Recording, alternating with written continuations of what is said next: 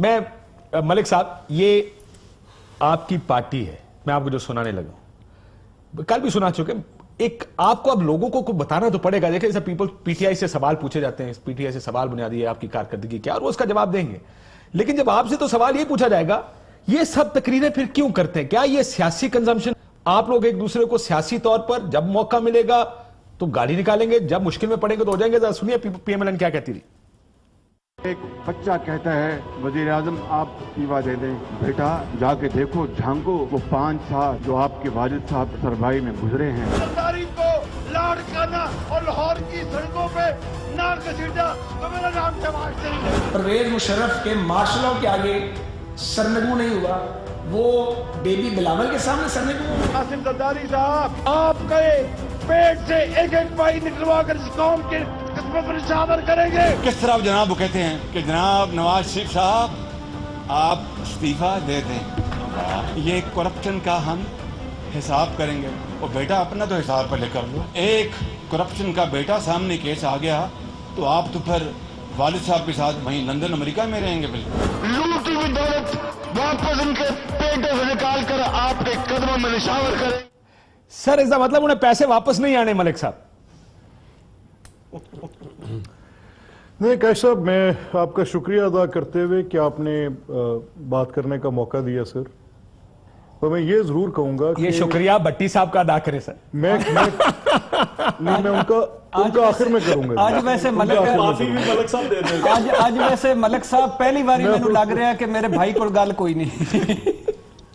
نہیں میں ایک سیکنڈ ملک صاحب, بٹی صاحب ایک سیکنڈ سر, گزارش یہ ہے کہ اب آپ یہ تو ایک پوائنٹ آف ویو ہے جو آپ نے دیا, اب ایک پارٹی کے ورکر کا پوائنٹ آف ویو ہے جو آپ میرے سے لے لیں. ٹھیک, بحیثیت ایک پارٹی کے ورکر کے میں اس چیز کی پہلے بھی نفی کرتا رہا ہوں کہ اس طرح کا موقف نہیں ہونا چاہیے تھا, اتنا ہارڈ سٹانس نہیں ہونا چاہیے تھا, اور پہلے اگر کیا تھا تو غلط کیا تھا.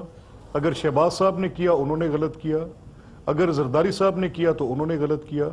اور آج میں بحیثیت ورکر کے سر آپ کو ایک خبر دے دوں اگر اجازت دیں, تحریری فیصلہ آ گیا سپریم کورٹ کا. جب سر ایک سیکنڈ اگر اجازت دیں میں وہ تحریری فیصلہ آ گیا وہ بتا دوں کہ جے آئی ٹی کا جو کیس تھا, جو جے آئی ٹی بنی تھی جعلی اکاؤنٹ کیس میں, اس کا تحریری فیصلہ آ گیا جو 25 صفحات پر مشتمل ہے. اس میں یہ کہا گیا کہ بلاول بھٹو زرداری صاحب کا اور مراد علی شاہ صاحب کا نام نکالا جائے.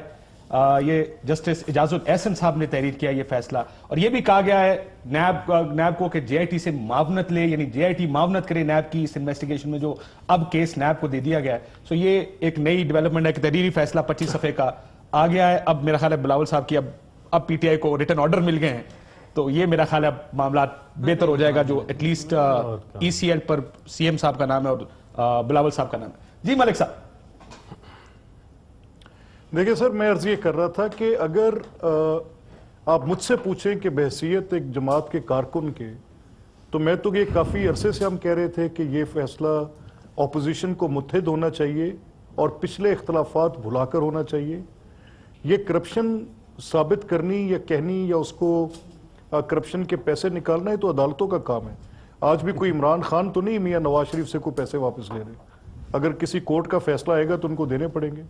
آج بھی عمران خان تو کوئی جے آئی ٹی سے نام نکالنے کا اختیار نہیں رکھتے یا کورٹ کی ڈائریکشن پہ نکل رہے نا, تو وہ کورٹ جیسے کہے گی ویسے کرنا پڑے گا. کرپشن کے میٹرز عدالتوں میں اور ان لوگوں کے خلاف جن کے خلاف مقدمات چل رہے ہیں ان کے ساتھ ہیں.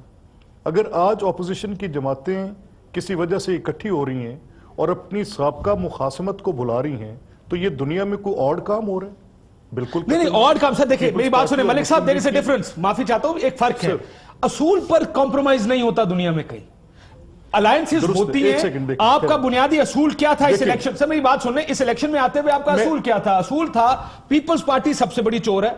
زرداری صاحب اور بلاول صاحب کو بار بار شہباز صاحب کہتے تھے اپنے والد صاحب سے جا کے پوچھو, اور آپ کو سعد رفیق یاد ہیں جنہوں نے کہا تھا کہ بچے دیتی ہیں آپ کی اسکیم میں, آپ کی شوگر ملیں, کھا کھا کے تھکے نہیں. یہ اصول نہیں ہے.